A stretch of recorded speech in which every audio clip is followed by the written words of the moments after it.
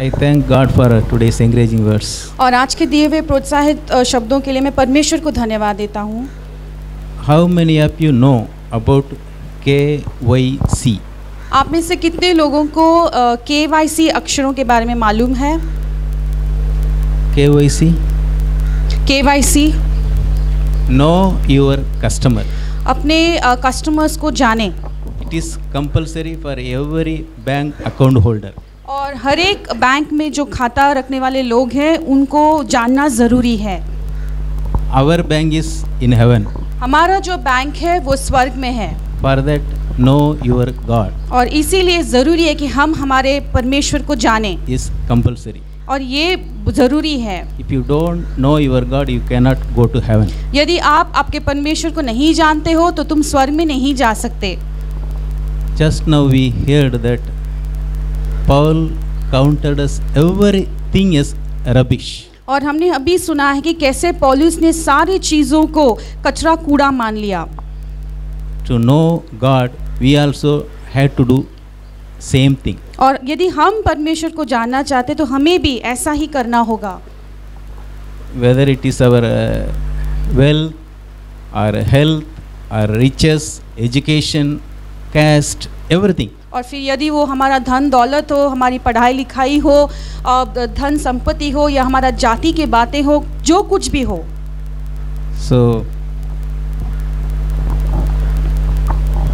why do we know our God? और हमें परमेश्वर को जानना ज़रूरी क्यों है? John chapter 17. और यूहन्ना उसका 17 अध्याय और वचन 3। And this is eternal life, that they may know you, the only true God, and Jesus Christ, whom you have sent. और अनंत जीवन यह है कि वे तुझ अद्वैत सच्चे परमेश्वर को और यीशु मसीह को जिसे तूने भेजा है जाने। Yes, to know God and His Son is eternal life. और परमेश्वर को जानना और उसके पुत्र को जानना, उसी का मतलब है अनंत काल का जीवन। How do we know हम God? परमेश्वर को कैसे जान सकते हैं? Jesus told us that I and my Father are one. यीशु ने अपने चेलों से कहा कि मैं और मेरे पिता एक हैं। James chapter 1 verse 1 says, God speaks through His Son Jesus Christ these days. और याकूब के पहले अध्याय के पहले वचन में ऐसा लिखा है कि परमेश्वर इन दिनों में अपने पुत्र यीशु मसीह के जरिए से बातें करता है। So if we know Jesus, we can know God. तो इसलिए यदि हम यीशु को जानते हैं तो हम परमेश्वर को जान सकते हैं। Then 1 John chapter 2 verse 3 says, पहला यूहन्ना उसका दूसरा अध्याय और उसमें वचन 3 में ऐसा लिखा है, we know Jesus Christ by love. कि हम प्रेम के द्वारा यीशु मसीह को जान सकते हैं।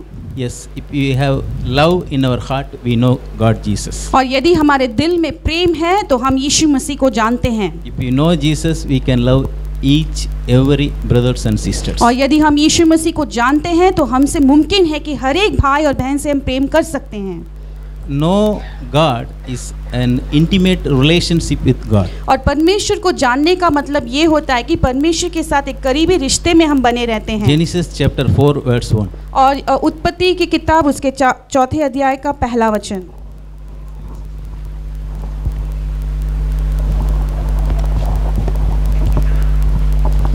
Now Adam knew Eve his wife, and she conceived. उत्पत्ति 4 का 1।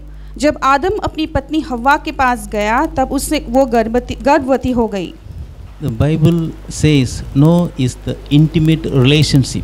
और पवित्र शास्त्र में जिस तरह से जानने के बारे में जिक्र किया है, मतलब एक करीबी रिश्ते में रहना। Do we know God like this? क्या हम परमेश्वर को इस तरह से जानते हैं? What hindrance? What is the hindrance to know God like that intimacy? और इस तरह से करीबी रिश्ते में जब परमेश्वर को हम जानने की कोशिश करते तो क्या अड़चनें आ सकती हैं? It is sin. वो पाप है। It is our pride. ये हमारा घमंड है। We remove these two things, then we can have fellowship with God और intimately. यदि इन दो बातों को हमारे जीवन में से निकाल देंगे तो हम परमेश्वर के साथ उस करीबी रिश्ते में हम रह सकते हैं। Matthew chapter 16 verse 17. मत्ती के 16वें अध्याय के वचन 17 में God should reveal us to know Him. परमेश्वर हमें प्रकट करके देता है कि हम कैसे उसे जान सकते हैं। Yes, my dear brothers and sisters, we humble ourselves like little children. हाँ मेरे प्यारे भाइयों बहनों, हमें एक छोटे बच्चों के समान हमें नम्र करना है अपने आप को। Then God will reveal us. फिर परमेश्वर अपने आप को हमारी ओर प्रकट करके देगा। Praise God. परमेश्वर की स्तुति हो।